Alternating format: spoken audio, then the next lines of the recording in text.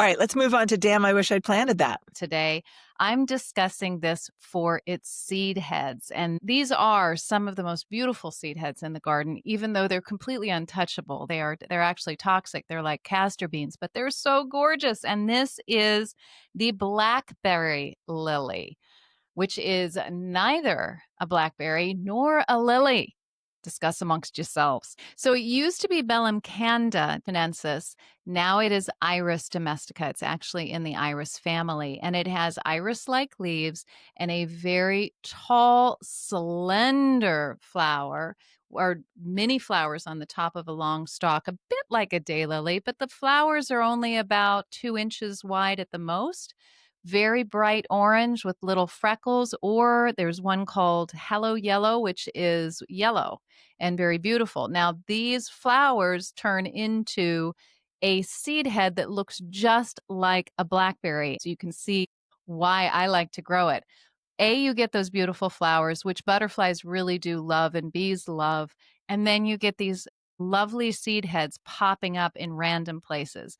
It does reseed itself. It takes about 2 to 3 years for those seedlings to become flowering plants, but it's worth it. If you're feeling like, I just don't need this, you can pull it right up. It's just the work of a second to pull those up.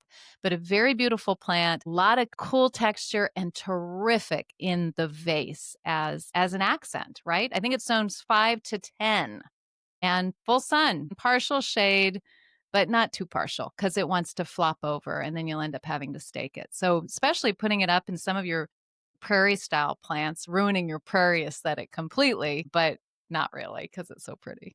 Do you Yeah, grow that, Les? I have grown it at many clients' gardens, and then I grew for myself the yellow one, which I did like. It's very beautiful. It's a good vertical accent, just like iris foliage is, but this is even more vertical, and it is quite tall, and those berries are cool. So this time I went with something that was sort of yellow, and Marianne actually questioned whether I wanted to do it at this time of year because it flowers in the spring. But this is a euphorbia, and the cultivar is called Ascot Rainbow. It is one of my favorite plants, and it's really a 4-season plant.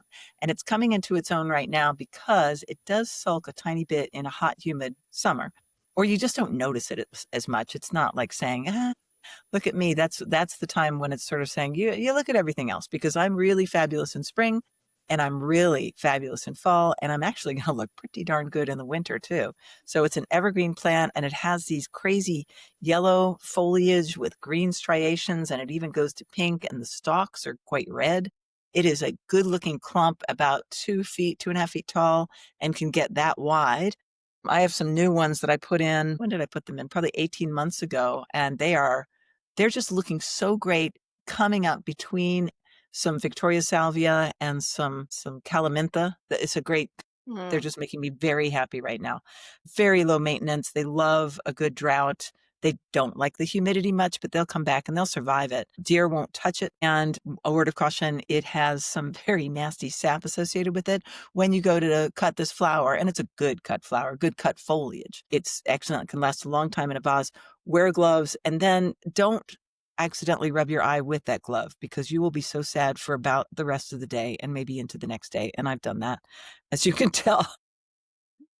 What an idiot. The scarring. Yeah, I Yeah, can see the scarring, the Leslie. Yeah. scarring was there. So So, yeah, do it has you good cut stuff. it back in the spring to the ground, or do you? I'm asking you this because it is so rarely hardy for me in my zone. Some Yeah, winters it gets through and some winters 6 it through doesn't. And listeners, 9. I'm in 6B, Yeah.